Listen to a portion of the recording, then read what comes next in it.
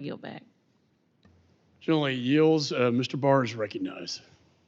Thank you, Mr. Chairman and Ranking Member, for holding the hearing, and Administrator Power, thank you for your service. And also thank you for your responsiveness with my constituent, Joe Montgomery, in Lexington, Kentucky, and his company Square One Technology, who is seeking to provide water purification systems in Kenya. Can you share USAID's goal for water purification in Africa and the benefits to U.S. foreign policy to have U.S.-made water purification systems provide this capability to countries across Africa?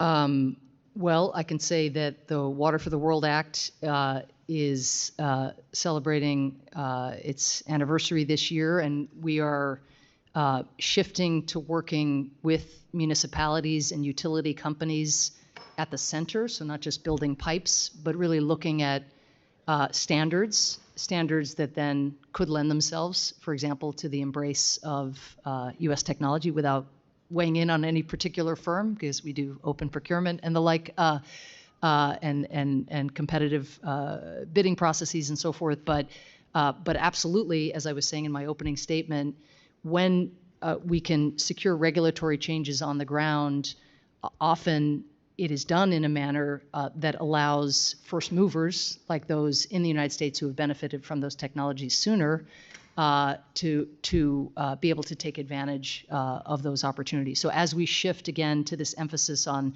municipalities, reform and embrace of new technologies at the center, rather than just all the work out in the rural areas and so forth on piping and sanitation, that should create opportunities along the lines of what you're describing. And I think in addition to the humanitarian pull of this project, there's a strategic value in providing that soft power overture to places in Africa where Belt and Road is alive and well, and where we can counter with USAID efforts. Administrator Power, in March, the UN Security Council embarrassed itself by passing a resolution calling for a ceasefire in Gaza that was not directly tied to the release of innocent hostages currently held by Hamas terrorists.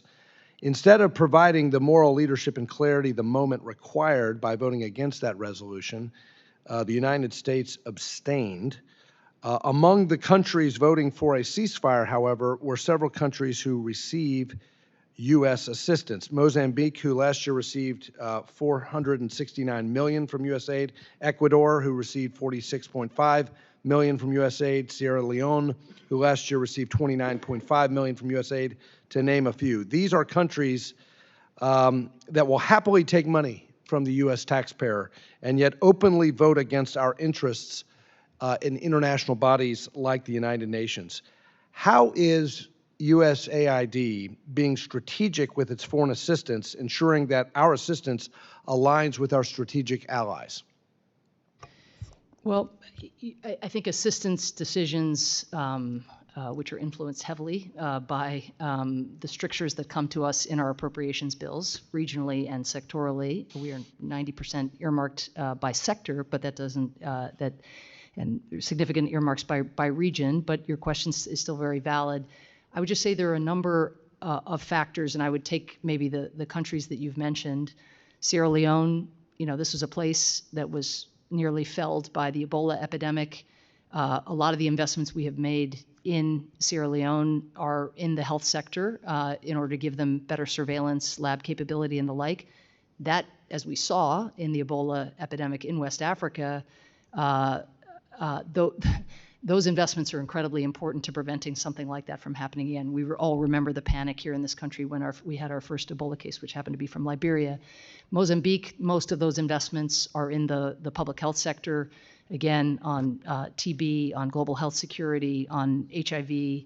And Ecuador, the narco trafficking collaboration that we are doing, has great bearing as well for our own security. So I'm only saying that there are factors, and it has to be a composite assessment. And just reclaiming my time, and you answered the question persuasively, and you make the point about compartmentalization, and we're achieving objectives.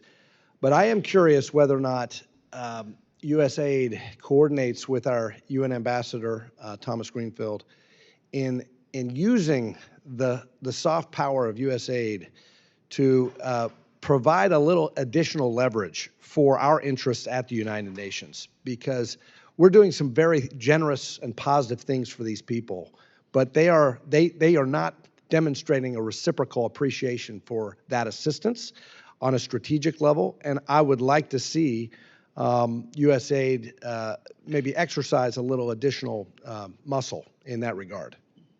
I think it certainly, having had the job that Ambassador Thomas Greenfield has, there's probably no better partnership between a UN ambassador and a USAID administrator than a former UN ambassador.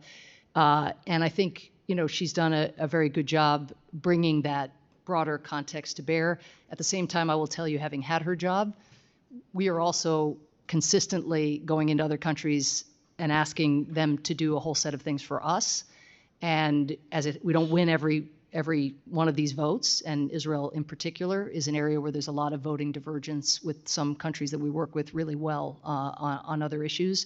But when it comes to showing up against Russian aggression in Ukraine, or to join a statement, which is getting harder, but condemning the genocide against the Uyghurs in the PRC, we are going back in again and again. And so, I think to look at the broad voting convergence is something that I used to do when I was in her job, and I know she does every day, to see where is a country, or how are they shifting? Is there a moment of opportunity where they're shifting more in our direction? And that's something we've actually seen with Ecuador in over the course of the last 4 or 5 years. Thank you for your response there, and not just with Israel, not just with Ukraine, but also Taiwan. So Yes. With that, I yield. Gentleman yields. Chair recognizes Mr. Jackson. Thank you very much. Thank you for your leadership and your service.